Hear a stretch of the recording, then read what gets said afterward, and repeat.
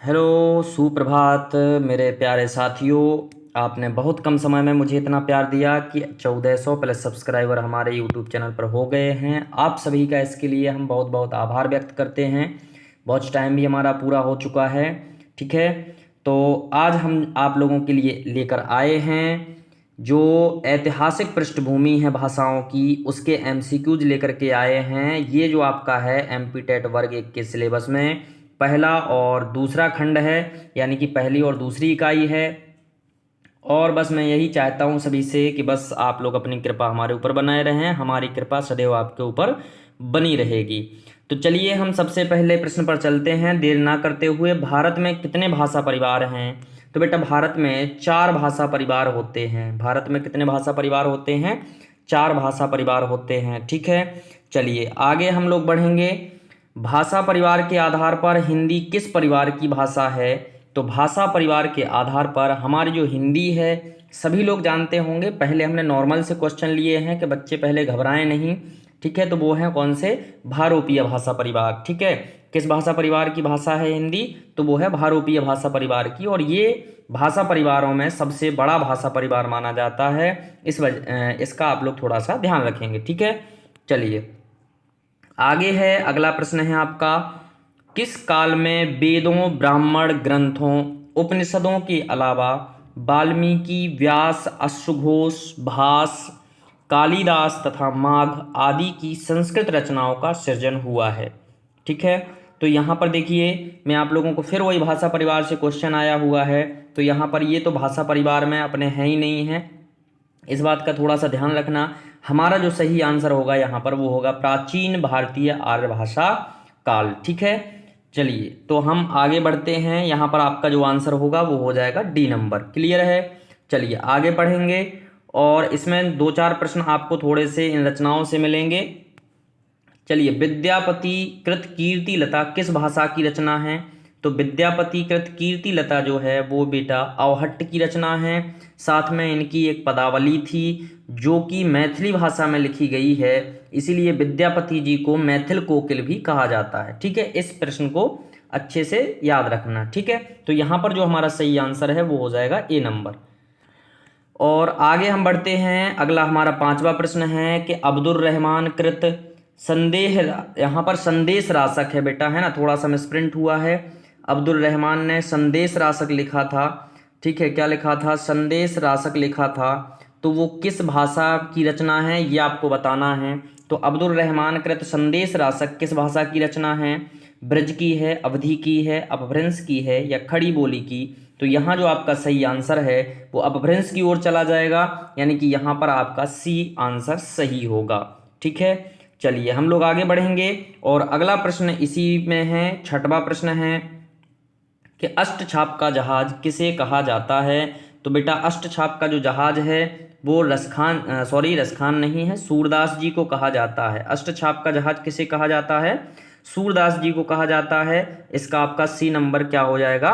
सही हो जाएगा। ठीक है, चलिए आगे हम बढ़ते हैं और अगला प्रश्न इसी क्रम में है कि अवधी भाषा की पद्मावत जो रचना है, ठीक है, वो किसने की है? तो पद्मावत रचना आप लोग आराम से बता सकते हो, नॉर्मल सा प्रश्न है। ये की है किसमें? अवधी भाषा की पद्मावत किसकी रचना है? तो ये जायसी जी की है।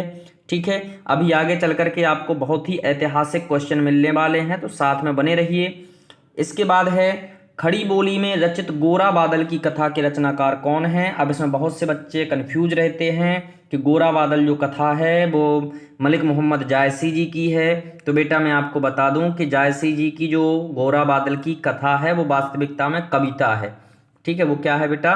कविता के रूप में लिखी गई है। लेकिन यहाँ पर जो सही आंसर हो जाएगा वो जटमल हो जाएगा, क्योंकि इन्होंने जो लिखी है वो गद्यात्मक तरीके से लिखी है। तो यहाँ पर हमारा गोरा बादल की कथा के रचनाकार कौन हो जाएंगे? जटमल जी हो जाएंगे। डी नंबर हमारा सही आंसर रहेगा। यहाँ से जायसी जी हमारे निगलेक्ट हो जाएंगे, अलग हो जाएंगे। ठीक है, चलिए तो यहाँ पर सही आंसर क्या हो जाएगा बेटा? डी। दोनों ही लोगों ने लिखी है, गोरा बादल की कथा जायसी जी ने भी लिखी है और जटमल ने भी लिखी है। इस बात का विशेष ध्यान रखना है आपको। ठीक है, चलिए अगले प्रश्न पर हम बढ़ते हैं और अगला प्रश्न है कि आदिकाल के प्रमुख कवियों में शामिल हैं। विद्यापति जी, चंद्रवरदाई जी, गोरखनाथ जी या फिर सभी? तो देखिए आदिकाल के कवियों में तो यहाँ पर ये सभी लोग शामिल हैं। तो यहाँ पर हमारा जो सही आंसर होगा वो हो जाएगा डी नंबर। क्लियर है? चलिए अब हम लोग पहुँचते हैं, धीरे धीरे हम लोग बढ़ेंगे अपने भाषा की ओर। मध्यकालीन अष्टछाप नाम से प्रसिद्ध कवियों में निम्न में से कौन शामिल थे? मध्यकालीन अष्टछाप नाम से प्रसिद्ध कवियों में, तो अष्टछाप तो देखिए आपको बता दूं कि कौन थे, सूरदास जी थे। क्योंकि भाई अष्टछाप का जहाज भी किसको कहा जाता है? सूरदास जी को कहा जाता है। चलिए आगे हम बढ़ेंगे। और चकमक किस भाषा का शब्द है? यह आपके सामने प्रश्न आया है कि चकमक किस भाषा का शब्द है। तो बेटा चकमक जो है वो तुर्की भाषा का शब्द है। तो यहाँ पर जो हमारा सही आंसर है वो क्या हो जाएगा? ए नंबर हो जाएगा। ठीक है, चलिए आगे बढ़ेंगे। और यहाँ पर अगला क्वेश्चन है आपका कि किस लेखक द्वारा सन 1804 में लिखा गया प्रेम सागर नामक ग्रंथ आधुनिक हिंदी गद्य का प्रथम ग्रंथ बना? तो प्रेम सागर ग्रंथ किसने लिखा था? तो प्रेम सागर लिखा था लल्लू लाल ने। किसने लिखा था? लल्लू लाल ने। जो लल्लू टाइप के लोग होंगे उनके लिए मैं यहाँ एक व्यंग करना चाहता हूँ। जो लल्लू टाइप के लोग होंगे वो अभी 12-1 बजे तक ओनली बात कर रहे होंगे, वो प्रेम के सागर में डूबे होंगे। ठीक है, एग्जाम सिर पर है और वो प्रेम के सागर में डूबे हुए 12-12 बजे तक बात कर रहे होंगे। तो वो एकदम से ये मान करके चलिए वो कैसे लोग हैं? लल्लू लाल जैसे लोग हैं। वो हमेशा प्रेम सागर में डूबे रहते हैं, चाहे उनके सामने कोई भी एग्जाम पड़ा रहे। ठीक है, चलिए आगे हम बढ़ते हैं। तो यहाँ पर जो आंसर है वो सी हो जाएगा। चलिए अगला जो प्रश्न है आपका वो है, निम्न में से कौन छायावाद के शीर्ष रचनाकार हैं? निम्न में से कौन छायावाद के शीर्ष रचनाकार हैं? और बस इसी क्वेश्चन के बाद अपनी जो है वो भाषाओं की ओर पकड़ बनेगी। निम्न में से कौन छायावाद के शीर्ष रचनाकार हैं? सुमित्रानंदन पंत हैं, जयशंकर प्रसाद हैं और सूर्यकांत त्रिपाठी निराला जी हैं। तो यहाँ पर जो आंसर है वो डी नंबर हो जाएगा। इसी के साथ मैं एक फैक्ट और आपको बता देना चाहता हूँ कि इनको छायावाद का त्रिमूर्ति कहा जाता है। इन तीनों लोगों को छायावाद का त्रिमूर्ति कहा जाता है। इस बात का भी विशेष ध्यान रखना। यदि आपसे पूछा जाता है कि बताइए छायावाद की त्रिमूर्ति में से कौन सा रचनाकार या कौन सा लेखक नहीं है, तो वहाँ पर ये 3 नाम दिए होंगे और चौथा कोई और होगा, आपका वही सही आंसर होगा। तो आप याद रख लें कि छायावाद के इनको त्रिमूर्ति भी कहा जाता है। उसमें सुमित्रानंदन पंत, जयशंकर प्रसाद और सूर्यकांत त्रिपाठी निराला। कल ही इसको हमने कक्षा 8वीं की बुक में पढ़ा था। ठीक है, मैं आपको बता दूं कि मैं अपने मध्य प्रदेश में ही पलेरा हायर सेकेंडरी कल्पना हायर सेकेंडरी स्कूल है, उसमें मैं शिक्षक पद पर हूँ, हिंदी शिक्षक पद पर हूँ। और उसमें ही ये कल मैंने ही बच्चों को पढ़ाया था और उसमें लिखा भी था कि इनको छायावाद का त्रिमूर्ति भी कहा जाता है। ठीक है, चलिए हम आगे बढ़ेंगे और अगला पढ़ेंगे, कौरवी बोली को अन्य किस नाम से जाना जाता है? तो कौरवी बोली को मैं आपको बता दूं, यहाँ पर जो आंसर अपना बेटा लिखा हुआ है वो गलत लिखा हुआ है। वास्तविकता में कौरवी बोली जो है वो खड़ी बोली को कहा जाता है। कौरवी बोली किसको कहा जाता है? खड़ी बोली को कहा जाता है। यहाँ आंसर हमारा जो होगा वो क्या हो जाएगा? क्या हो जाएगा बेटा? खड़ी बोली हो जाएगा। अच्छा, थोड़ा सा यहाँ पर जो है ऑप्शन ऊपर नीचे हो गए हैं, इस वजह से वो मिसप्रिंट हो चुका है। ठीक है, तो यहाँ पर जो सही होगा वो क्या होगा? खड़ी बोली होगा। ठीक है, अच्छा कुछ प्रश्न यदि धोखे से गलत भी हो जाते हैं तो भाई उसके लिए क्षमा प्रार्थी हूँ। ठीक है, आप लोग कमेंट में बता सकते हैं। ठीक है, चलिए आगे बढ़ेंगे। और 15 का जो प्रश्न है वो है, निम्न में से किससे ब्रज भाषा की उत्पत्ति मानी जाती है?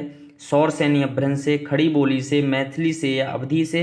तो ये तो कोई भी बच्चा लगा लेगा कि सौर सैनी अपभ्रंश से ब्रज भाषा की उत्पत्ति मानी जाती है। तो यहाँ पर जो सही आंसर है वो होगा आपका कौन सा?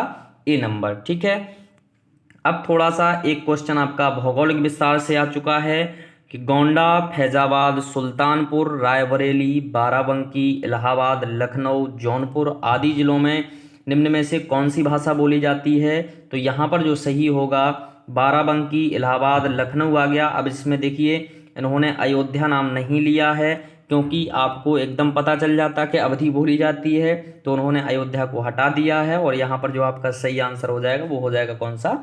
D number. और इसके लिए हम पहले ही एक वीडियो बना चुके हैं, आप प्ले लिस्ट में जा करके भाषा मध्य प्रदेश की बोलियां लिखी होंगी उस पर, तो मध्य प्रदेश की बोलियों के साथ साथ हमने इसमें ट्रिक के माध्यम से आपको इसका भाषा विस्तार भी पढ़ाया है। ठीक है, तो आपकी दोनों ही कंप्लीट हो जाएंगी, साथ में मध्य प्रदेश की जो बोलियां हैं उनका भौगोलिक विस्तार आपको पता चल जाएगा, और साथ ही साथ में अन्य जो हमारी जैसे बघेली है, खड़ी बोली है, मैथिली है, अवधी है, इनका भी भौगोलिक विस्तार उसमें दिया है ट्रिक के माध्यम से। ठीक है, और अभी नीचे जा करके ट्रिक के माध्यम से हम इनको सिखाएंगे भी कि कौन सी बोली जो है वो किस सौर श्रेणी से निकली है। ठीक है, चलिए, तो यहाँ पर जो सही आंसर है वो हो जाएगा बेटा आपका डी नंबर। ठीक है, चलिए आगे बढ़ेंगे। बाबा नागार्जुन किस भाषा के लेखक थे? तो बाबा नागार्जुन जो थे वो थे बेटा मैथिली भाषा के। बाबा नागार्जुन जो थे वो किस भाषा के लेखक थे? तो वो मैथिली भाषा के लेखक थे। इस बात का थोड़ा सा ध्यान रखना। ठीक है, बाबा नागार्जुन को वैद्यनाथ भी कहा जाता है। ठीक है, चलिए आगे हम बढ़ेंगे। भोजपुरी का शेक्सपियर और अनगढ़ हीरा उपनामों से कौन से भोजपुरी के लेखक मशहूर रहे हैं? लल्लूलाल, विद्यापति, नागार्जुन या भिखारी ठाकुर? तो भोजपुरी का शेक्सपियर यदि आपसे पूछा जाता है तो वो रहे हैं भिखारी ठाकुर, यानी यहाँ पर आपका डी नंबर सही हो जाएगा। ठीक है, चलिए आगे बढ़ते हैं, और अगला क्वेश्चन है आपके पास संविधान से। तो भारतीय संविधान के किस अनुच्छेद के तहत संघ की राजभाषा देवनागरी लिपि में लिखित हिंदी घोषित की गई थी? तो यहाँ पर आपका पहला ही आंसर एकदम सही हो जाएगा। 343 अनुच्छेद के तहत संघ की राजभाषा देवनागरी लिपि में लिखी जाएगी, ये उसमें कहा गया था। ठीक है, चलिए, तो यहाँ पर ए नंबर आपका सही आंसर हो जाएगा। दूसरा जो प्रश्न है वो भी आपका अनुच्छेद संविधान से है। तो अनुच्छेद 351 का निर्माण राजभाषा हिंदी के लिए किस संदर्भ में किया गया था? अंग्रेजी को सहभाषा बनाने के लिए, हिंदी भाषी राज्यों में राजभाषा बनाने के लिए, हिंदी के विकास के लिए, या अनुच्छेदों की समीक्षा के लिए? तो देखिए 351 का निर्माण राजभाषा हिंदी के लिए किस संदर्भ में किया गया था? तो वो था हिंदी के विकास के लिए। तो यहाँ जो आपका सही आंसर है वो हो जाएगा सी नंबर। ठीक है, अब कुछ हमने यहाँ पर प्रश्न और जोड़े हैं जो विगत वर्षों में पूछे जा चुके हैं।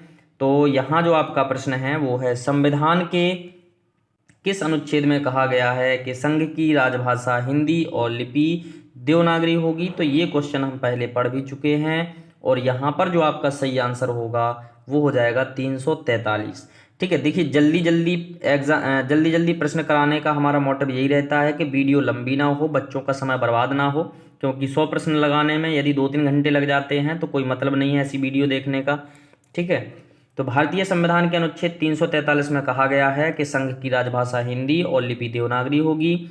वर्तमान में संविधान में अनुसूचित भाषाओं की संख्या 22 है। ठीक है, ये क्लर्क परीक्षा 2015 में पूछा जा चुका है। ठीक है, चलिए अगला हम प्रश्न पढ़ेंगे, और अगला प्रश्न है कि हिंदी की देवनागरी लिपि में कुल कितने वर्ण हैं? तो हिंदी की देवनागरी लिपि में यदि देखे जाएं तो कुल पूछा गया है बेटा, कितने कुल पूछा गया है? तो 52 वर्ण हो जाएंगे। यदि मूल वर्णों की संख्या आपसे पूछी जाती है तो मूल वर्णों की संख्या 44 हो जाती है। इस बात का ध्यान रखना। ठीक है, मूल वर्णों में 11 स्वर आते हैं और 33 हमारे व्यंजन आते हैं। ठीक है, व्यंजन कहाँ से कहाँ तक?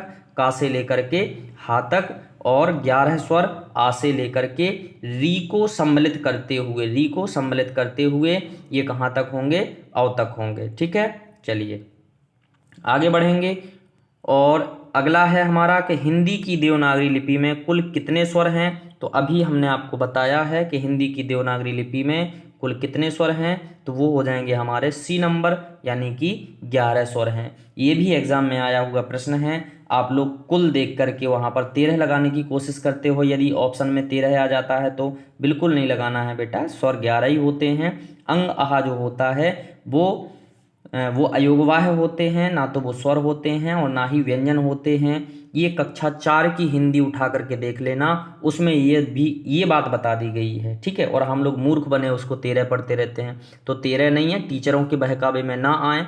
कुछ ऐसे टीचर भी हैं जो मान लीजिए कि बता भी देते हैं। अब उनके लिए हम बुरा नहीं कहेंगे, क्योंकि वो भी कुछ अच्छा ही कर रहे हैं। गलतियाँ सबसे होती हैं। ठीक है, हमसे भी गलतियाँ हो जाती हैं, बच्चे कमेंट कर देते हैं, अच्छी बात है। ठीक है, चलिए तो यहाँ पर तीसरे का क्या हो जाएगा बेटा, तीसरे का जो है वो सी नंबर हो जाएगा। ठीक है, चलिए ये स्वर पूरे प्रदर्शित किए गए हैं यहाँ पर। चलिए आगे बढ़ेंगे। हिंदी की देवनागरी लिपि में कुल कितने अनुस्वार हैं? तो अनुस्वार कितने होते हैं बेटा, एक होता है। और अनुस्वार हम किसको कहते हैं, अंग को कहते हैं। अनुस्वार हम किसको कहते हैं, अंग को कहते हैं। तथा आहा को हम लोग क्या कहते हैं, तो आहा को हम लोग विसर्ग कहते हैं। आहा को हम लोग क्या कहते हैं, विसर्ग कहते हैं। और अंग को हम लोग क्या कहते हैं, अनुस्वार कहते हैं। क्लियर है। चलिए, और इन दोनों को हम लोग अयोगवाह कहते हैं। ठीक है, चलिए आगे बढ़ेंगे। तो यहाँ चौथे का डी आंसर हो जाएगा। अगला है हिंदी की देवनागरी लिपि में कुल कितने विसर्ग हैं? तो यहाँ पर भी आपका जो है एक आंसर हो जाएगा, यानी कि डी नंबर यहाँ पर भी आपका सही हो जाएगा। ठीक है, चलिए आगे हम बढ़ेंगे। हिंदी डॉट डॉट भाषा की उत्तराधिकारिणी है।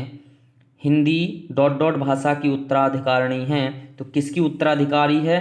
तो ये है बेटा संस्कृत की उत्तराधिकारी है। ये आप लोग जानते होंगे, थोड़ा सा क्वेश्चन घुमाया गया है, बाकी कुछ नहीं किया गया है।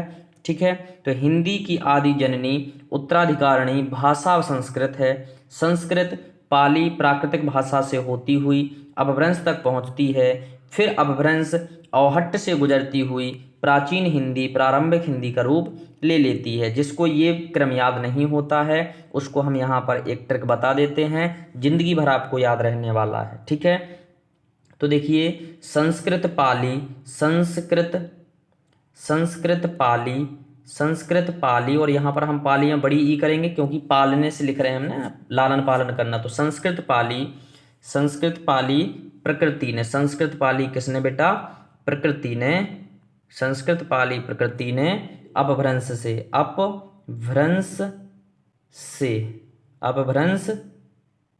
से, ठीक है।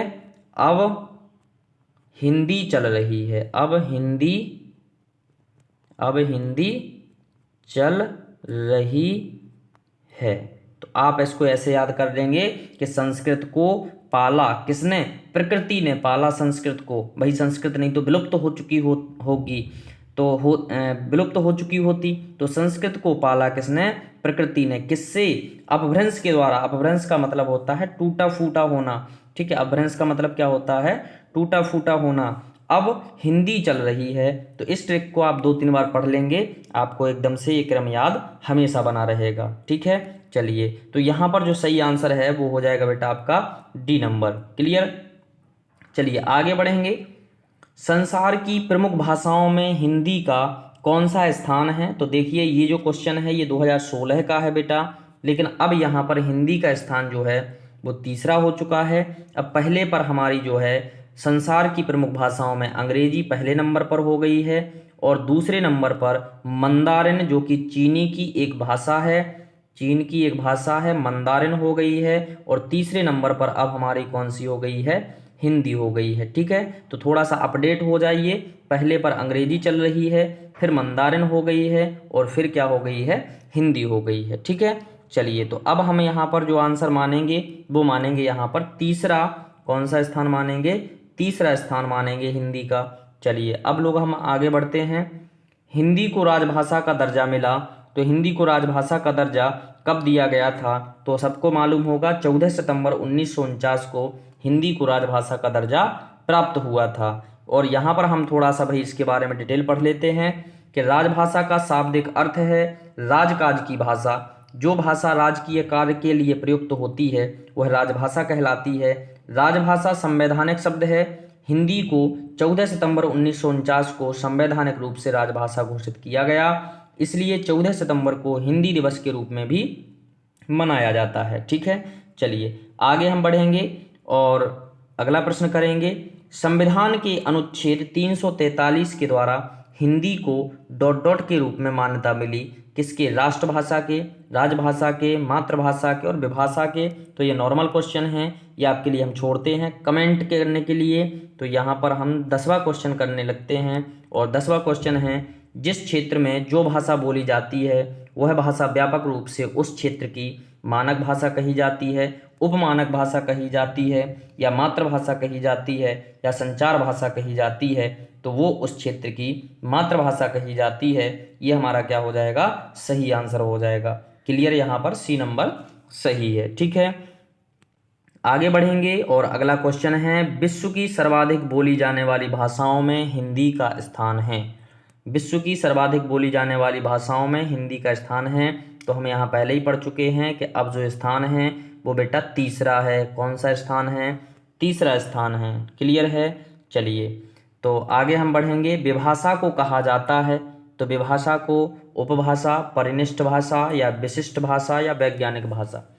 तो विभाषा को उपभाषा कहा जाता है। विभाषा का क्षेत्र बोली की अपेक्षा विस्तृत होता है।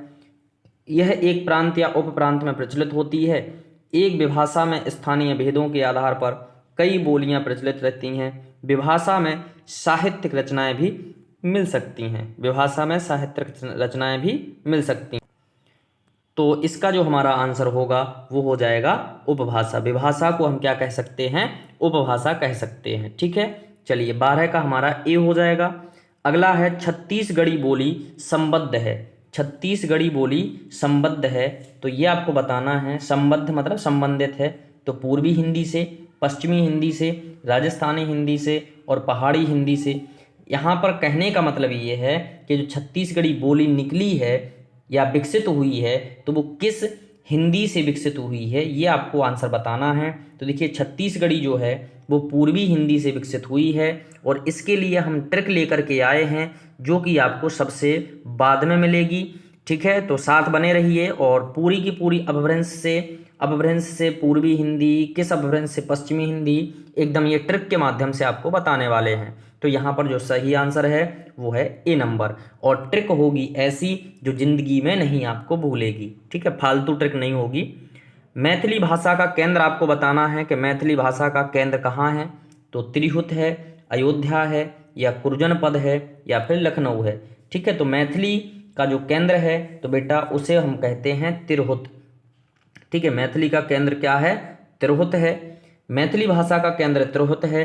अन्य स्वतंत्र साहित्यिक भाषाओं की तरह मैथिली की अपनी, जैसे मान लीजिए अपने मध्य प्रदेश में बोलते हैं ना कि मध्य प्रदेश में बघेली बोली जाती है, उसका जो केंद्र है वो रीवा है। बघेली का केंद्र क्या है?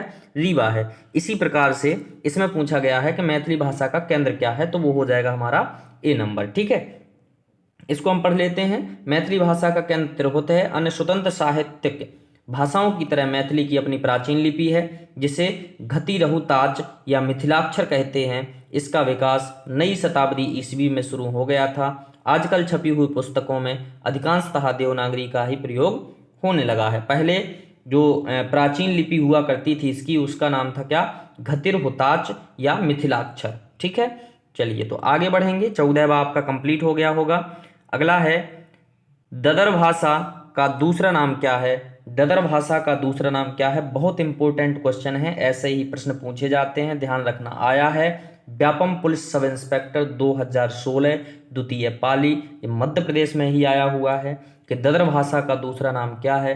बलूची है, यूनानी है, द्रविड़ है या पैसाची है। तो बेटा ददर भाषा का जो दूसरा नाम है वो है पैसाची, यानी कि यहाँ पर हमारा क्या हो जाएगा?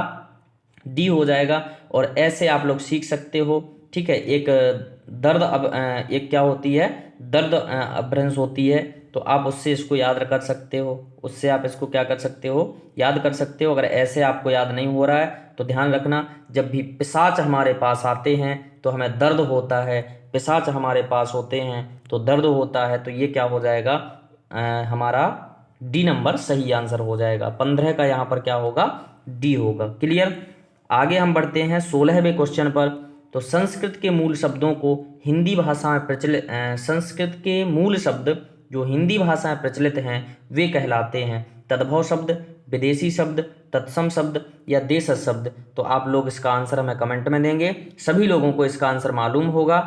क्लियर, चलिए आशा करते हैं। अगला है 17वां, मध्यकालीन आर्य भाषा काल। तो आपको यहाँ मध्यकालीन आर्य भाषा काल बताना है कि 500 ईसा पूर्व से 1000 ईस्वी तक, 1000 ईस्वी से 21 ईस्वी तक, 1500 ईस्वी पूर्व से 500 ईस्वी पूर्व तक और 500 ईस्वी से 1000 ईस्वी तक। तो ये मध्यकालीन आर्य भाषा हमसे पूछा जा रहा है। तो बेटा इसके लिए हम बेस्ट आप लोगों को यही ट्रिक बता देते हैं। अपना रफ पेन उठाना है आपको और पहले लिखना है प्राचीन आर्य भाषा। पहले आपको लिखना है प्राचीन आर्य भाषा, फिर आपको लिखना है मध्यकालीन आर्य भाषा, फिर इसके बाद आपको लिखना है आधुनिक आर्य भाषा। क्या लिखना है? आधुनिक आर्य भाषा। और प्राचीन आर्य भाषा में या आदिकालीन आर्य भाषा में आपको करना क्या है बेटा? संस्कृत को लिखना है। और संस्कृत चलती थी दो भागों में, एक चलती थी वैदिक, तो पहले लिख लेना है आपको वैदिक, और दूसरी चलती थी लौकिक, तो आपको फिर लिखना है क्या बेटा? लौकिक। ठीक है, लौकिक संस्कृत, ये दो नाम लिखना है। और आपको स्टार्ट कर देना है कहाँ से? 1500 ईसा पूर्व से। कहाँ से स्टार्ट करोगे? 1500 ईसा पूर्व से स्टार्ट करोगे। और 1500 ईसा पूर्व से इसमें 500 को बढ़ाते जाना है, 500 को बढ़ाते जाना है बस। तो यहाँ 1500 से है, 500 बढ़ाओगे 1000 बचेगा, 1000 से इसी प्रकार से आपको 500 करके क्या करना है? बढ़ाते जाना है। 1500 ईसा पूर्व से स्टार्ट कर देना है। तो ये आपका क्या हो जाएगा? पूरा का पूरा डायग्राम बन के तैयार हो जाएगा। ठीक है, बाकी जितनी भाषाएं हैं वो मध्यकालीन आर्य भाषा में आती है, और हिंदी हमारी आधुनिक आर्य भाषा में आती है। तो आपको बस कितना कितना लिखना है? आर्य भाषा प्राचीन आर्य भाषा में केवल वैदिक संस्कृत और लौकिक संस्कृत दो भागों में बांट लेना है। 1500 ईस्वी से स्टार्ट कर देना है। बाकी मध्य की जितनी भाषाएं हैं, जैसे अपभ्रंश हुई, पाली हुई, प्राकृत हुई, इनको क्रम से लिख लेना है। कहाँ पर? मध्यकालीन आर्य भाषाओं में। ठीक है, मध्यकालीन आर्य भाषाओं में लिख लेना है। हिंदी को आधुनिक भाषा के लिए छोड़ देना है। तो इस तरीके से आपका बेस्ट डायग्राम बन करके तैयार हो जाएगा, और ये आपको क्या हो जाएंगी? याद हो जाएंगी। और यहाँ जो सही आंसर है आपका वो है मध्यकालीन भारतीय आर्य भाषा का काल 500 ईसा पूर्व से 1000 ईस्वी तक हुआ है। ठीक है, और 1000 ईस्वी के बाद हमारी हिंदी चल रही है। ठीक है, चलिए आगे हम बढ़ेंगे। अगर आप लोगों से ये नहीं बनता है तो उसकी टेंशन मत करना, आप में कमेंट कर देना, हम आपको पोस्ट कर देंगे, है ना। चलिए अगला है बेटा, भारतीय भाषाओं को संविधान की किस अनुसूची में शामिल किया गया है? ठीक है, तो यहाँ पर तो आप लोगों को मालूम ही होगा कि 8वीं अनुसूची में पूरी की पूरी भाषाओं को शामिल किया गया है। ठीक है, तो 18 का यहाँ पर बी नंबर सही हो जाएगा। अगला है, उर्दू किस भाषा का शब्द है? तो उर्दू जो है वो तुर्की का है, फारसी का है, अरबी का है या संस्कृत का है? तो जो उर्दू शब्द है वो बेटा तुर्की भाषा का शब्द है। जिस प्रकार से हिंदी है जो वो फारसी भाषा का शब्द है, हिंदी शब्द किसका है? फारसी भाषा का शब्द है। इसी प्रकार से उर्दू जो शब्द है वो तुर्की भाषा का शब्द माना जाता है। तो यहाँ पर आपका ए नंबर सही हो जाएगा। ठीक है, यदि आप इसको पढ़ना चाहते हैं थोड़ा सा इसको भी हम पढ़ लेते हैं। ठीक है, कि उर्दू शब्द मूलतः तुर्की भाषा का है तथा इसका अर्थ है शाही शिविर या खेमा या तंबू। तुर्कों के साथ साथ यह शब्द भारत में आया और इसका यहाँ प्रारंभिक अर्थ खेमा या सैन्य पड़ाव था। भाषा विशेष के अर्थ में उर्दू शब्द इस जबान उर्दू एक मोहल्ला का संक्षेप है। ठीक है, चलिए आगे बढ़ेंगे और 20वां प्रश्न है आपके सामने, पहाड़ी इलाके में इनमें से कौन सी भाषा बोली जाती है? तो बेटा ये पहाड़ी इलाके में अभी सबसे एंड में आपको पूरी भाषाओं का मैं ज्ञान कराऊंगा ट्रिक के माध्यम से, है ना। तो 20 का यहाँ पर हो जाएगा कौन सा? गढ़वाली और कुमायूनी। ठीक है, गढ़वाली और कुमायूनी ये पहाड़ी क्षेत्रों की भाषाएं हैं और इनका जो है ये पहाड़ी हिंदी से जन्मी है, और यदि अपभ्रंश की बात की जाए तो खस अपभ्रंश से जन्मी है। किससे जन्मी है? खस अपभ्रंश से जन्मी है ये पहाड़ी हिंदी। और पहाड़ी हिंदी में 3 भाषाओं को शामिल किया गया है, गढ़वाली, कुमायूनी और नेपाली। ठीक है, और इनको हम याद भी कर लेते हैं कि देखिए खस से खांसी सीखना है, पहाड़ों पर चढ़ोगे तो खांसी आती है, इस तरीके से भी हम रिलेट करके आपको सिखाने वाले हैं। क्लियर हो जाएगा। चलिए आगे बढ़ेंगे हम। बी आंसर यहाँ पर सही है। ब्राह्मी से किस लिपि की उत्पत्ति हुई है? भारोपीय की, देवनागरी, खरोष्टी, गुरुमुखी या कैथी की? तो ध्यान रखना यहाँ पर ब्राह्मी से जो लिपि की, भाई लिपि पूछा जा रहा है तो यहाँ ब्राह्मी से देवनागरी लिपि की उत्पत्ति हुई है। ठीक है, चलिए आगे बढ़ेंगे। हिंदी किस भाषा परिवार का शब्द है?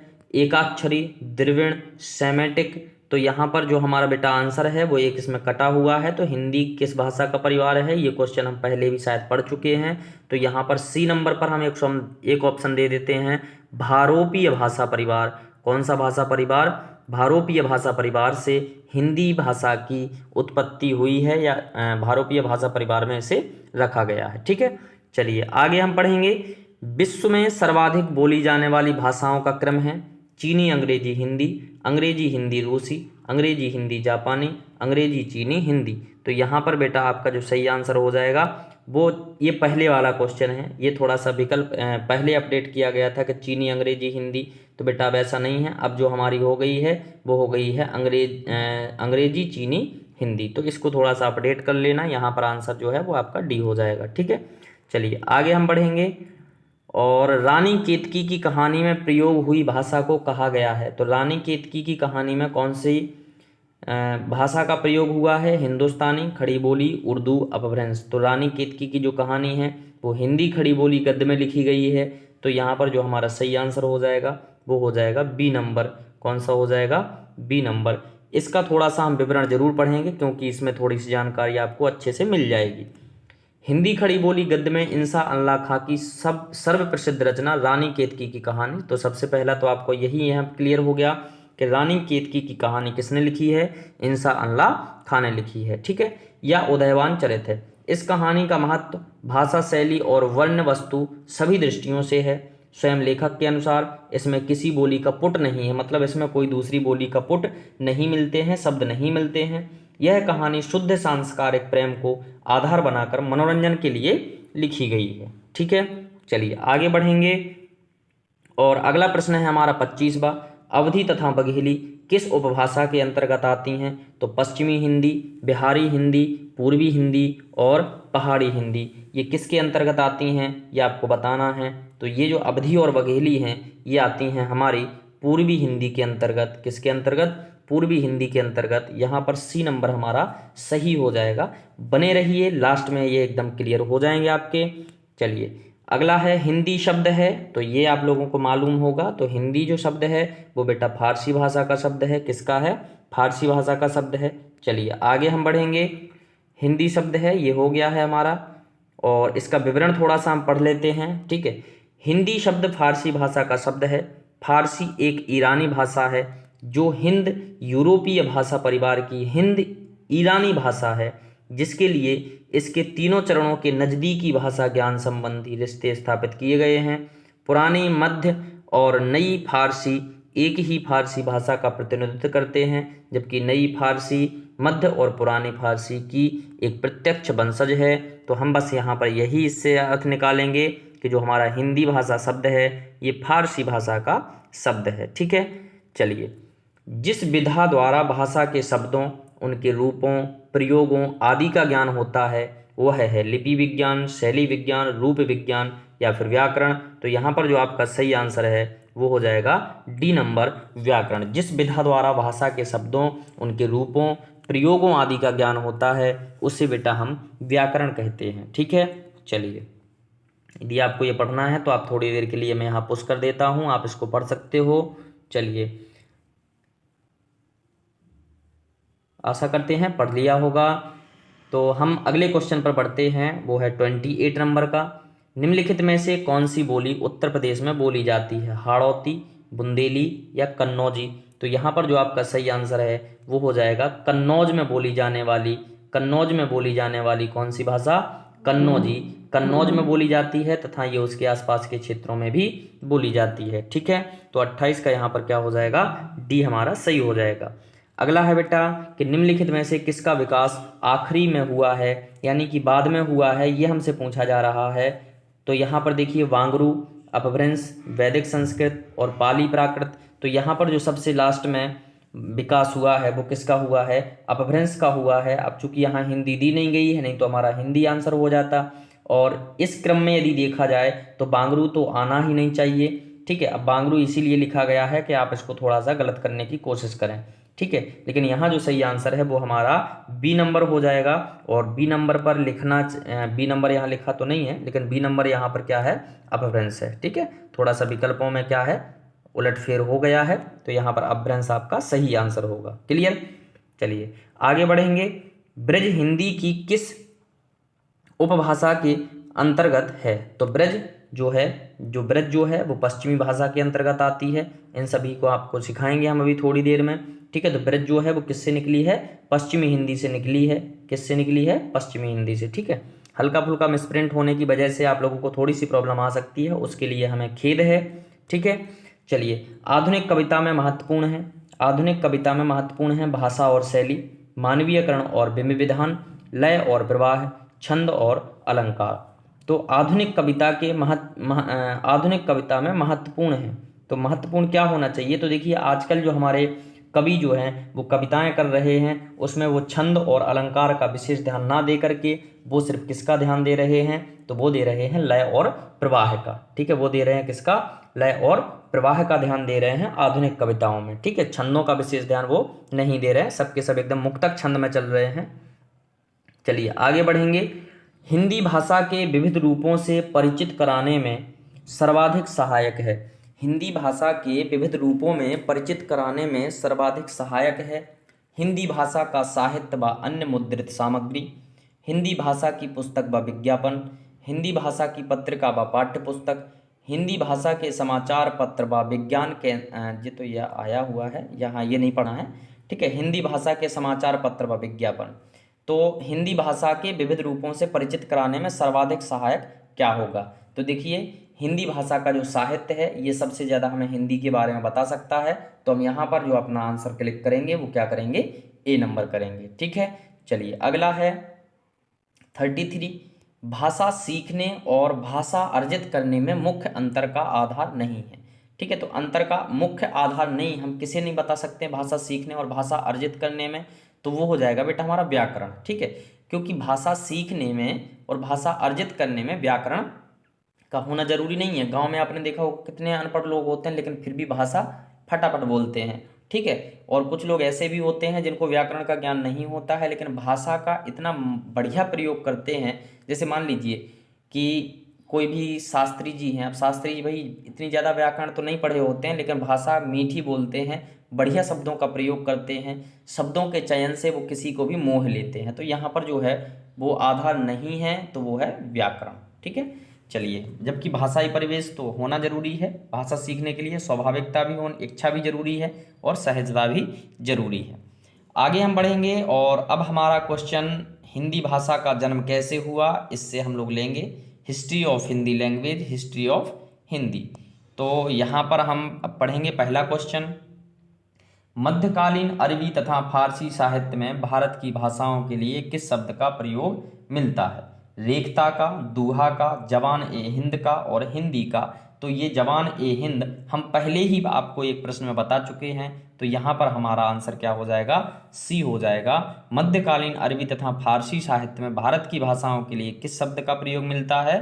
तो जवान ए हिंद का प्रयोग मिलता है। ठीक है, खालिक बारी किसकी रचना है? तो खालिक बारी बेटा ये जो है यहाँ पर आंसर इसमें रहीम लिखा हुआ है, तो इसको हम थोड़ा भैया छोड़ देते हैं, अचानक दिमाग से हमारे निकल गया है। ठीक है, क्योंकि ये जो है खालिक, खलक, रहीम, अमीर खुसरो की होना चाहिए वैसे खालिक बारी।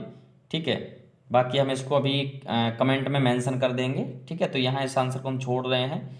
खड़ी बोली हिंदी में प्रथम रचना करने वाले कवि का नाम क्या है? तो खड़ी बोली हिंदी में सर्वप्रथम रचना करने वाले कवि जो हैं वो हैं कौन? अमीर खुसरो। खड़ी बोली का सबसे पहले प्रयोग इन्होंने किया था। अगला है हिंदी के उद्भव का सही क्रम आपको बताना है, तो हमने आपको बता ही दिया था पहले ही कि आपको क्या सीखना है कि संस्कृत पाली प्रकृति ने अपभ्रंश से अब हिंदी चल रही है, तो संस्कृत पाली प्रकृति ने अपभ्रंश से अब हिंदी चल रही है, तो ए नंबर ही हमारा यहाँ पर सही आंसर हो जाएगा। क्या हो जाएगा? ए नंबर हमारा सही आंसर हो जाएगा। यहाँ जो आंसर मेंशन किया गया है ये जो है वो गलत है। ठीक है, हिंदी के उद्भव का सही क्रम, तो हिंदी के उद्भव का सही क्रम क्या हो जाएगा? ए नंबर। ठीक है, पाली, प्राकृत, अपभ्रंश और अवहट्ट। ठीक है, आगे बढ़ेंगे।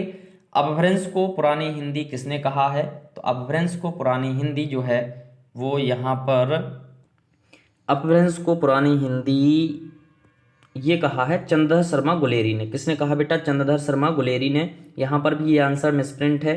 ठीक है, इसका विशेष ध्यान रखना, हम आपको पढ़ा रहे हैं, हम जो बता रहे हैं उस पर आप लोग विशेष ध्यान रखना। ठीक है, तो यहाँ पर जो आंसर है वो हो जाएगा सी हो जाएगा। ठीक है, चंद्रधर शर्मा गुलेरी ने अपभ्रंश को पुरानी हिंदी कहा है। ग्रियर्सन इसका सही आंसर नहीं है। ठीक है, तो यहाँ आंसर जो आपका सही होगा वो हो गया सी नंबर।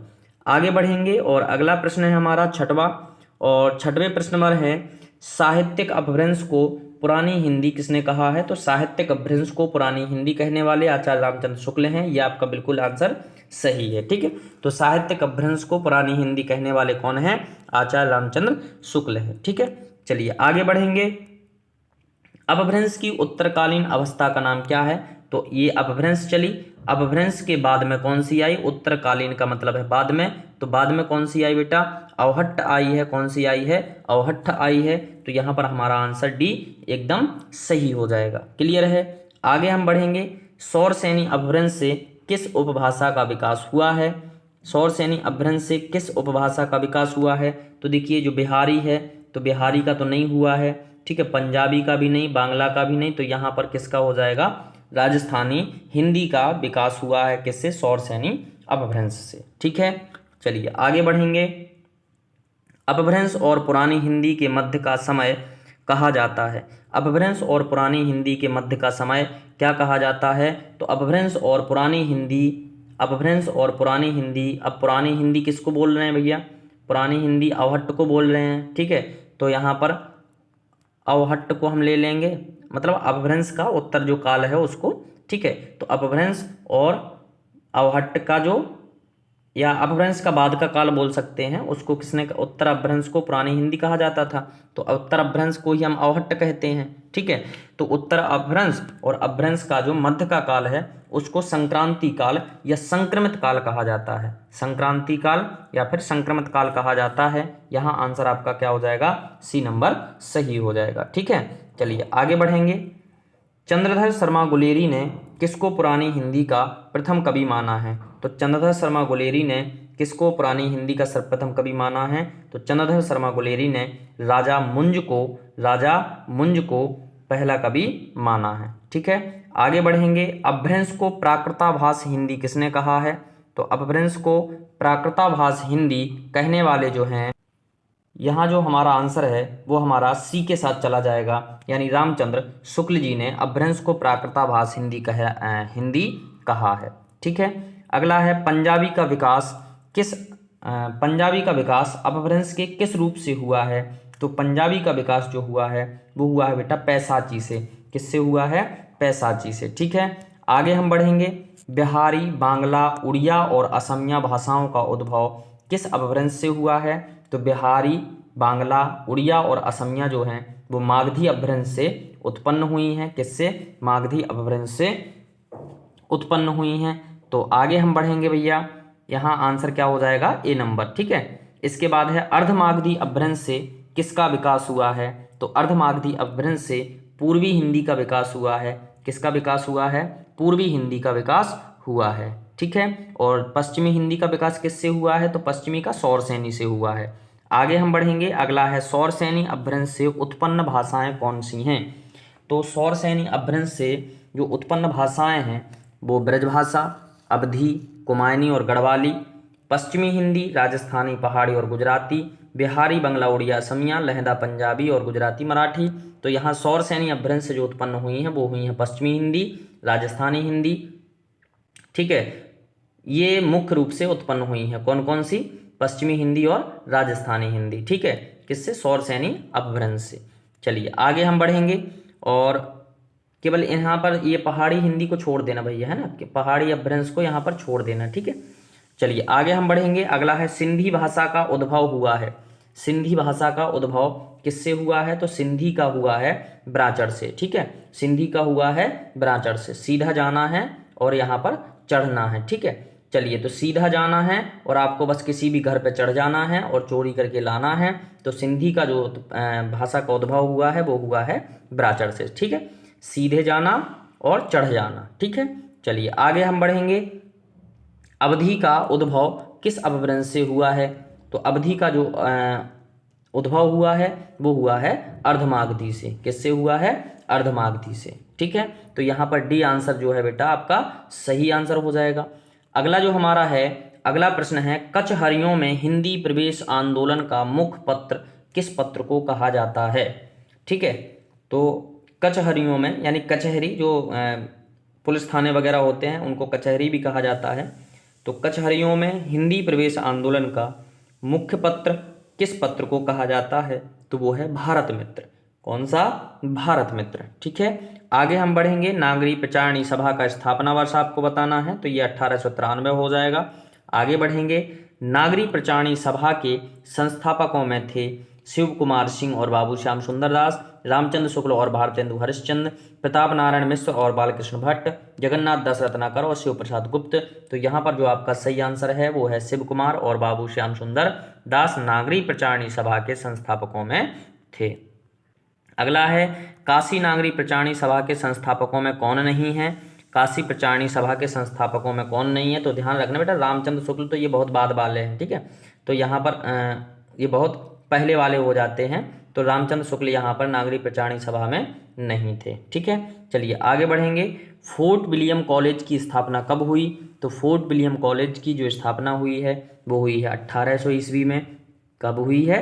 1800 ईस्वी में। अगला है ये भी फोर्ट विलियम कॉलेज की स्थापना कहाँ हुई? तो ये कलकत्ता में है। फोर्ट विलियम कलकत्ता में है। वीडियो थोड़ी सी लंबी हो रही है, इस वजह से हम जल्दी जल्दी आपको पढ़ा रहे हैं, क्योंकि आगे चल करके हमें आपको ट्रिक बताना है। 15 पेज अभी हुए हैं और अपना जो समय है वो हो गया है 45 मिनट। और थोड़ी सी मैं न्यूज़ दे देता हूँ 1 मिनट। ठीक है, कि जिसको भी 12 से 20 तक की PDF चाहिए है, 700 प्लस MCQs के साथ है, तो वो आप 99 रुपये में हमसे खरीद सकते हैं। और उसके लिए आपको मेरे नंबर 70 67 60 62 61 पर एक मैसेज करना होगा।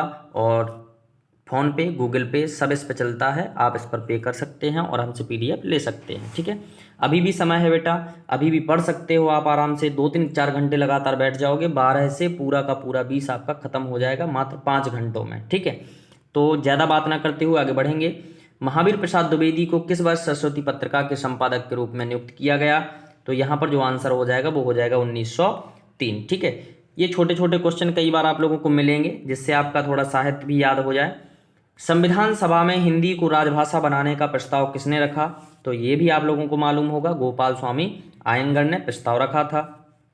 अगला है भारतीय संविधान में हिंदी को मान्यता कब मिली? तो 14 सितंबर 1949 को। ये प्रश्न हम पहले भी कर चुके हैं। और 27वां क्वेश्चन है, भारतवर्ष के लिए हिंदी भाषा का नाम सबसे पहले किसने सुझाया? तो नाम सुझाने वाले हैं मदन मोहन मालवीय। भारतवर्ष के लिए हिंदी भाषा का नाम सबसे पहले किसने सुझाया? तो मदन मोहन मालवीय हो जाएंगे। अगला है भारतीय भाषाओं को भारतीय संविधान की किस अनुसूची सूची में शामिल? ये हम पहले क्वेश्चन कर चुके हैं, इसको छोड़ रहे हैं। संविधान के किस अनुच्छेद में कहा गया कि संघ की राजभाषा हिंदी? तो ये भी हम पढ़ चुके हैं। इनमें से किसको संविधान की अष्टम सूची में सम्मिलित नहीं किया गया है, ये आपको बताना है। तो बेटा ब्रज जो है वो एक बोली है, ब्रज भाषा जो है वो एक बोली है, इसको अनुसूची 8 में सम्मिलित नहीं किया गया है। ठीक है, आगे बढ़ेंगे। वैज्ञानिक तथा तकनीकी शब्दावली आयोग की स्थापना किस वर्ष हुई? वैज्ञानिक तथा तकनीकी शब्दावली आयोग की स्थापना जो हुई है वो हुई है 1961 में। ठीक है, बहुत बेस्ट क्वेश्चन लाए हैं आप लोगों के लिए। हिंदी की उपभाषाएं कितनी हैं? तो हिंदी की 5 उपभाषाएं हैं। हिंदी की कितनी उपभाषाएं हैं? तो 5 उपभाषाएं हैं। ठीक है, जिसमें यही आता है हमारा कौन कौन सा? पश्चिमी पूर्वी हिंदी, राजस्थानी हिंदी, ठीक है, और पश्चिमी हिंदी। ठीक है, तो ये सब हमें इनमें पढ़ना है। ठीक है, बिहारी हिंदी। चलिए, तो यहाँ पर सी हो जाएगा, 5 हैं। इनमें कौन सी बोली पूर्वी हिंदी की नहीं है? इनमें कौन सी बोली पूर्वी हिंदी की नहीं है? तो ये जो बिहारी है, ये बिहारी हिंदी जो है वो ये भोजपुरी हिंदी की बोली है। तो यहाँ पर जो सही हो जाएगा वो, सॉरी 1 मिनट, ज़्यादा जल्दी हो रहा है। इनमें कौन सी बोली पूर्वी हिंदी की नहीं है? हाँ बिल्कुल सही है, यहाँ पर जो हमारा आंसर है वो है बिहारी। ठीक है, बिहारी जो है वो पूर्वी हिंदी की बोली नहीं है। ठीक है, चलिए आगे बढ़ेंगे। पश्चिमी हिंदी की बोली नहीं है, सोच लीजिए थोड़ा सा भैया, हम इसको थोड़ा सा जूम और कर लेते हैं। पश्चिमी हिंदी की बोली नहीं है कौरवी, हरियाणवी, अवधी और बुंदेली। तो देखिए कौरवी, अवधी और हरियाणवी जो हैं ये पश्चिमी हिंदी की हैं, लेकिन हरियाणवी जो है, 1 मिनट, अवधी बिल्कुल सही है। हाँ, तो यहाँ पर जो सही आंसर होगा वो बेटा हमारा कौन सा हो जाएगा? अवधी हो जाएगा, है ना। कौन सा हो जाएगा? सी। ठीक है, आई एम सॉरी। चलिए आगे बढ़ेंगे। 35 पश्चिमी हिंदी की बोलियों की संख्या कितनी है? तो पश्चिमी हिंदी की बोलियों की संख्या बेटा 5 है। कितनी है? 5 है। ठीक है, जिसमें ब्रज, बुंदेली ये सभी भाषाओं को रखा गया है। पूर्वी हिंदी की बोलियां हैं, पूर्वी हिंदी की बोलियां अवधी बघेली और छत्तीसगढ़ी, ब्रज अवधी कन्नौजी, भोजपुरी बघेली छत्तीसगढ़ी, मैथिली ब्रज और कन्नौजी।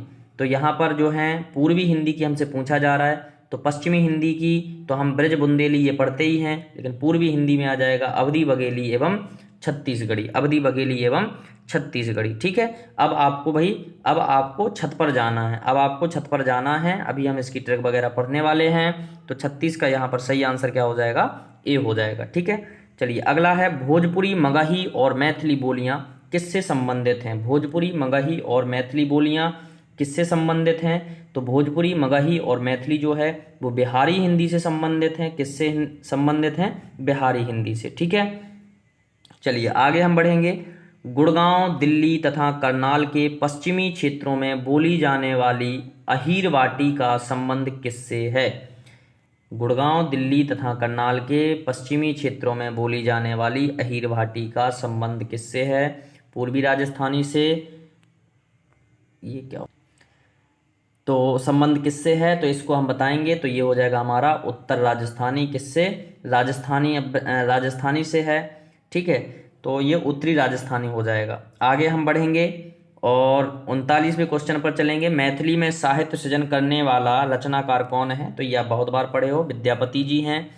और पूर्वी राजस्थानी का एक अन्य नाम है, तो पूर्वी राजस्थानी का एक अन्य नाम क्या है, ढूंढाड़ी है। तो यहाँ बी नंबर आपका क्या हो जाएगा भैया, सही आंसर हो जाएगा। ठीक है, अगला है निम्नलिखित में से किस बोली में कृष्ण काव्य और रीतिकालीन साहित्य का सृजन हुआ है, अवधी, भोजपुरी, ब्रजभाषा या कौरवी। ठीक है, तो कृष्ण काव्य और रीतिकालीन साहित्य का सृजन हुआ है, तो ये हमारा ब्रजभाषा में हो जाएगा। ठीक है, कृष्ण काव्य अधिकतर ब्रजभाषा में लिखा गया है बेटा, इसका ध्यान रखना। ठीक है, गोस्वामी तुलसीदास की रचना कवितावली किस भाषा की रचना है, तो ये कवितावली जो है ये भी हमारी ब्रजभाषा की रचना है। ठीक है, गोस्वामी तुलसीदास की रचना जो कवितावली है, ठीक है, तो ये भी किसकी है, ब्रजभाषा की है। आगे हम बढ़ेंगे। शकुंतला नाटक का खड़ी बोली में अनुवाद किसने किया। शकुंतला नाटक का खड़ी बोली में अनुवाद जो है वो राजा लक्ष्मण सिंह ने किया था। किसने, राजा लक्ष्मण सिंह ने किया था शकुंतला का, तो शकुंतला नाटक का लक्ष्मण सिंह ने। ठीक है, शकुंतला से याद रखना लक्ष्मण सिंह। खड़ी बोली कहाँ बोली जाती है, खड़ी बोली कहाँ बोली जाती है, झांसी, कानपुर, मेरठ, अलीगढ़। तो खड़ी बोली जो है, देखिए अब यहाँ झांसी तो बुंदेली है, झांसी तो बुंदेली बोली जाती है झांसी में, तो मेरठ में बोली जाती है। कहाँ बोली जाती है भैया, मेरठ में बोली जाती है खड़ी बोली। ठीक है, चलिए आगे हम बढ़ेंगे। खड़ी बोली के लिए सुनीति कुमार चटर्जी ने किन शब्दों का प्रयोग किया है, तो भाई खड़ी बोली को सुनीति कुमार चटर्जी ने जनपदीय हिंदुस्तानी भाषा कह करके पुकारा था। ठीक है, तो यहाँ पर हो जाएगा जनपदीय हिंदुस्तानी।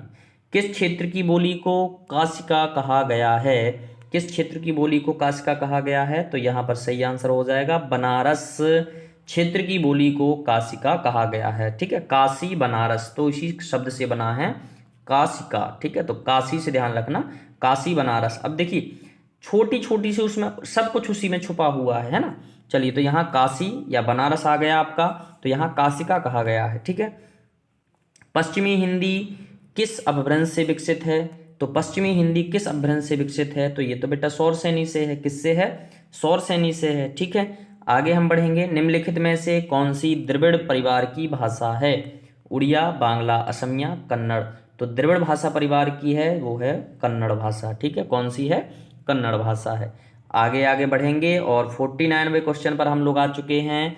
तो पश्चिमी हिंदी की सर्वाधिक प्रमुख बोली इनमें से कौन सी है, तो पश्चिमी हिंदी की सर्वाधिक प्रमुख बोली जो है वो है ब्रजभाषा, फिर इसके बाद आ जाती है आपकी बुंदेली। ठीक है, तो यहाँ पर जो हमारा सही आंसर है वो हो जाएगा ए नंबर।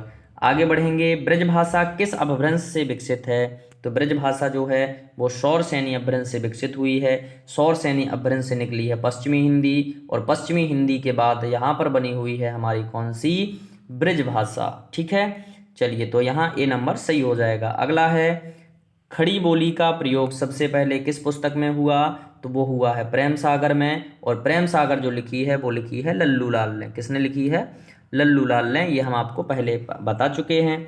आगे बढ़ेंगे। खड़ी बोली का दूसरा नाम क्या है, तो खड़ी बोली का दूसरा नाम बेटा कौरवी है। ठीक है, अगला है रामचरितमानस किस भाषा में लिखी गई, तो सबको मालूम होगा कि अवधी भाषा में लिखी गई है। इसके बाद है हिंदी भाषा की बोलियों के वर्गीकरण के आधार पर छत्तीसगढ़ी बोली है। तो छत्तीसगढ़ी बोली आपको बताना है पूर्वी हिंदी, पश्चिमी हिंदी, पहाड़ी हिंदी या राजस्थानी हिंदी। तो छत पर जाना है आपको, छत पर जाना है तो पूर्वी हिंदी लगाना है। ठीक है, छत पर जाना है तो क्या लगाना है बेटा, पूर्वी हिंदी लगाना है। यानी कि यहाँ पर हो जाएगा आपका पूर्वी हिंदी से छत्तीसगढ़ी बोली का विकास हुआ है। अगला है मैथिली का विकास किस अपभ्रंश से माना जाता है।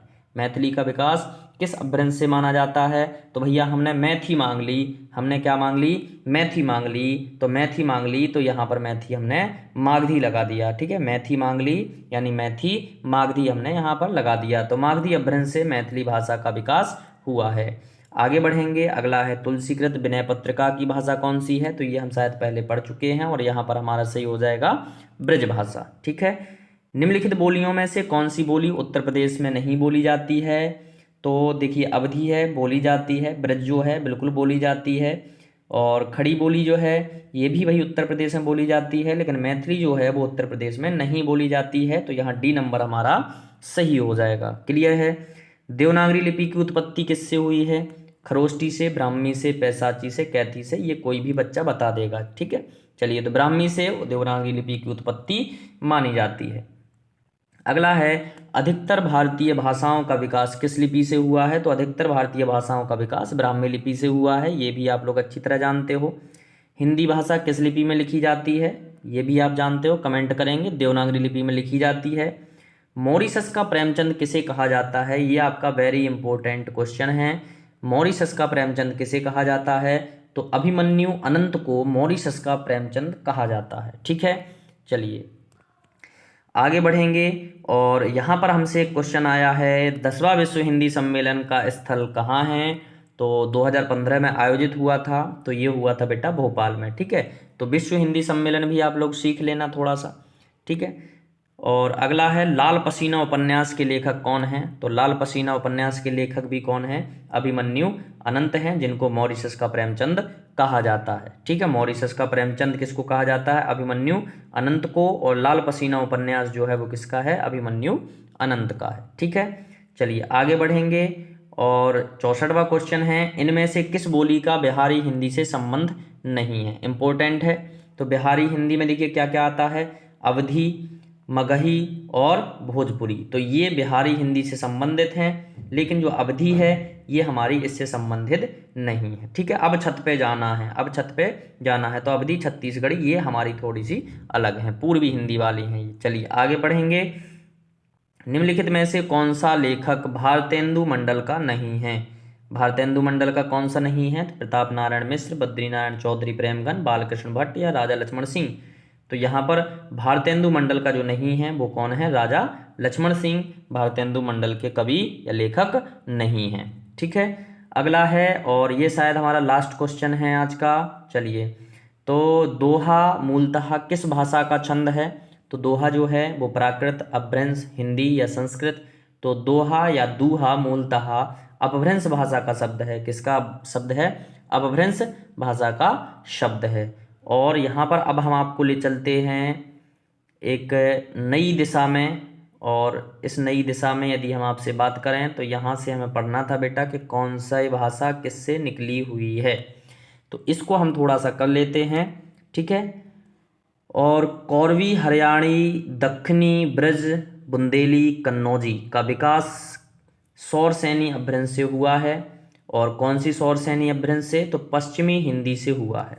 किस किस का, कौरवी, हरियाणी, दक्खनी, ब्रज, बुंदेली और कन्नौजी का विकास किससे हुआ है। तो यहाँ पर हुआ है ये पश्चिमी हिंदी से। अब यहाँ पर आपको 5 की जगह 600 हो रही होंगी, लेकिन बेटा यहाँ से दक्खनी को आप हटा देते हैं तो हमारी जो पश्चिमी हिंदी की भाषाएं बचती हैं वो 5 ही होती हैं। ठीक है, तो इसके लिए हमने एक ट्रिक बनाई थी, शायद आपको पसंद आए। ठीक है, बाबू को दिल दहका, बाबू को दिल दहका, हमारा दिल एकदम दहक रहा है किसके लिए, बाबू के लिए। तो बाबू को दिल दहका, ये पश्चिमी हिंदी की बोलियां हैं। किसकी हैं, पश्चिमी हिंदी की बोलियां हैं। जैसे बाबू से बा से ब्रज हो गया, बू से बुंदेली हो गया, को से कौरवी हो गया, दिल से तो आपको छोड़ देना है, और दहका से, दहका में दक्खनी हो गया। दिल से भी दक्खनी कर सकते हो, कोई दिक्कत नहीं। हा से हरियाणवी और का से कन्नौजी, बाबू को दिल दहका। ठीक है, इसके बाद है 16वां, मेवाती, मालवी, मारवाड़ी, ढूंढाड़ी का विकास सौरसेनी अपभ्रंश की राजस्थानी उपभाषा से हुआ है।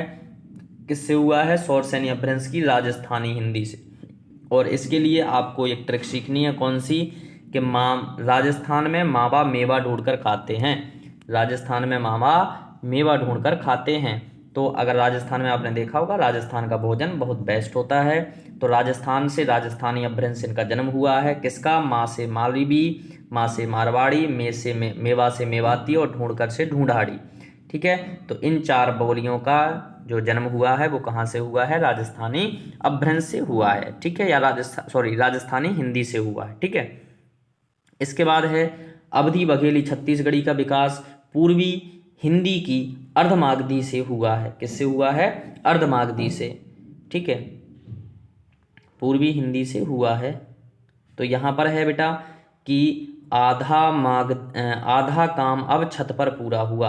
आधा काम जो आपका रह गया था वो अब छत पर पूरा हुआ। तो कौन कौन सा हो जाएगा यहाँ पर? अर्धमागधी से जन्मी है। अब से क्या हो जाएगा? अवधी। छत से क्या हो जाएगा? छत्तीसगढ़ी। ठीक है, इसके बाद बा से हो जाएगा बघेली, और पूरा हुआ से पूर्वी हिंदी से ये जन्मी हुई है। ठीक है, देखिए अर्धमागधी अपभ्रंश से निकली है कौन सी? पूर्वी हिंदी। अर्धमागधी अपभ्रंश से निकली है कौन सी? पूर्वी हिंदी। और फिर पूर्वी हिंदी से इन सब का विकास हुआ है। ठीक है, तो यहाँ पर पूरा का पूरा आधा काम अब छत पर पूरा हुआ, ऐसा आप सीख सकते हैं। ठीक है, अगला है कुमायूं गढ़वाली नेपाली का विकास खस अपभ्रंश की पहाड़ी उपभाषा से हुआ है। कहाँ से? पहाड़ी हिंदी की खस अपभ्रंश से। तो ऐसा आप कह सकते हो कि नेपालीगण पहाड़ों में काम करते हैं। तो नेपाली गढ़वाली पहाड़ी हिंदी से हुआ है, कुमायूनी नेपाली, गढ़वाली कुमायूनी पहाड़ी हिंदी से इनका जन्म हुआ है। ऐसा नहीं आपको सीखना है, तो ऐसा आप सीख सकते हैं कि पहाड़ी नेपाली गण कम खांसते हैं। पहाड़ी नेपाली गण कम खांसते हैं, तो पहाड़ी हिंदी से हुआ है। किस किस का? नेपाली, गढ़वाली और कुमायूं का। ठीक है, किससे हुआ है? खांसते से, खस अपभ्रंश से हुआ है। ठीक है, चलिए इसके बाद हम एक ट्रिक और हमारी अभी बची हुई है, उसको और हम पढ़ लेते हैं। ठीक है, तो यहाँ पर है कि भोजपुरी मैथिली मगही का विकास मागधी अपभ्रंश की बिहारी हिंदी से हुआ है। भोजपुरी मैथिली मगही का विकास मागधी अपभ्रंश की बिहारी हिंदी से हुआ है।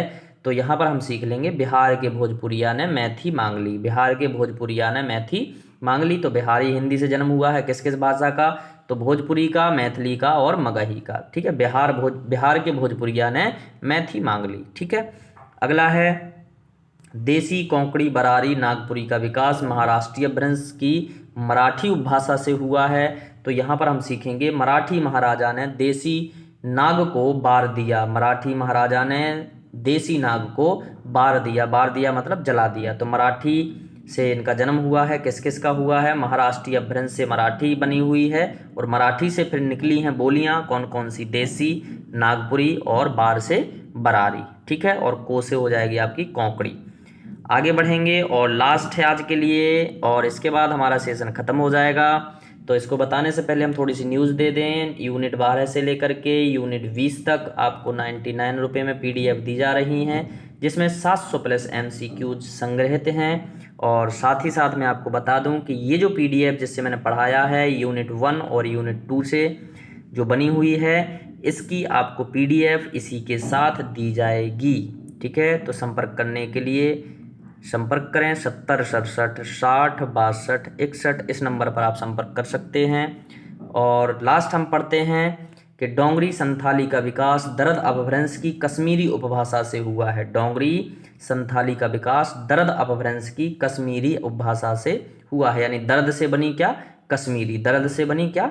कश्मीरी। और डोंगरी और संथाली किससे निकली हैं? तो कश्मीरी उपभाषा से। तो ऐसे आप कर सकते हो कि दादाजी कश्मीरी डॉग साथ रखो, दादाजी कश्मीरी डॉग साथ रखो। तो दादा से दर्द अपभ्रंश हो जाएगी, दर्द अपभ्रंश से क्या बनी है? कश्मीरी उपभाषा, और कश्मीरी उपभाषा से निकली है डोंगरी और संथाली। ठीक है, तो आशा करते हैं आज का सेशन आप लोगों को बहुत पसंद आया होगा, और इसी प्रकार से हमें सपोर्ट बनाए रहें। प्लीज़ सब चैनल को सब्सक्राइब जरूर करें। शेयर करने के लिए मैं नहीं कह रहा हूं, क्योंकि आप चाहते हैं कंपटीशन ना बढ़े। तो प्लीज़ शेयर करें या ना करें, बस कमेंट लाइक और सब्सक्राइब ज़रूर हमारे चैनल को करें और हमारे चैनल को बढ़ाने में मदद करें।